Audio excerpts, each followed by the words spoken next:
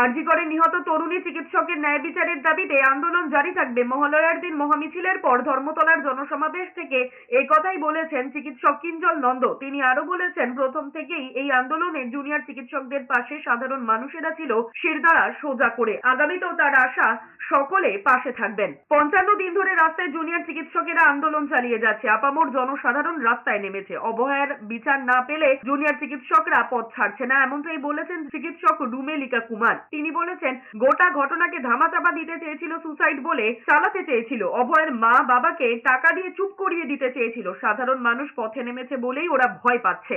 এই আন্দোলন শুধুমাত্র চিকিৎসকদের নয়, সাধারণ মানুষের। চিকিৎসকদের নিরাপত্তা সুনিশ্চিত করতে হলে panic button, police, CCTV camera দরকার। সেই কাজে মাত্র 26% কাজ করতে পেরেছে সরকার এতদিনে। থ্রেড কালচার বন্ধ করতে হবে বলে মন্তব্য করেছেন চিকিৎসক দেবাশিস হালদার। তিনি আরো বলেছেন, সাগর দত্ত মেডিকেল কলেজের ঘটনায় রাজ্য সুপ্রিম কোর্টে বলল ডাক্তারেরা বেড দেয়নি। এই তথ্য ডাক্তারদের কাছে থাকে না। আমরা কি বলছি?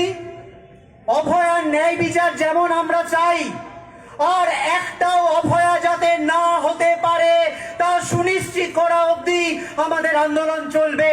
আমরা বলছি, আমাদের সেফটি সিকিউরিটি যদি সুনিশ্চিত করতে হয়, যেমন দরকার সিসিটিভি, যেমন দরকার পুলিশ, যেমন দরকার প্যানিক বাটন, যার কোনো কাজ কিন্তু সরকার এখন অবধি সুপ্রিম কোর্টে বলে এসেছে 26% মাত্র তারা নাকি কমপ্লিট করতে পেরেছে।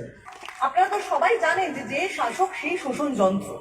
যে শাসক আমাদের কথা বলতেন, আমাদের বাড়ির নারীদের কথা বলতেন, সুরক্ষার কথা বলতেন, মানুষকে চাকরি দেওয়ার প্রতিশ্রুতি দিতেন, রাস্তায় নেমেছিলেন, যে শাসককে আমরা নিয়ে এসেছিলাম তারাই কোথায় যাবে মানুষের থেকে আলাদা হয়ে গেল। যখন একটা কোনো বোধহয় গদি পায় মানুষ কোথায়, তখন মানুষের কথা ভুলে যায়। গদির এমন একটা মোহ, এমন একটা কিছু আকর্ষণ আছে যেখানে সাধারণ মানুষের থেকে তারা দূরে সরে যায়। তারা ভাবেন আমরা অনেক উঁচুতে বসে আছি, আমরা বোধহয় ঈশ্বর, আর এরা বোধহয় সবাই আমার প্রজা। আমি যা বলবো সেই পুরোনো দিনে যেরকম শাসক দল যেভাবে নিজেদেরকে চালাতেন, জমিদারি প্রথা, রাজা রাজাদের প্রথা, এখনো বোধহয় সেই রকম প্রথাই।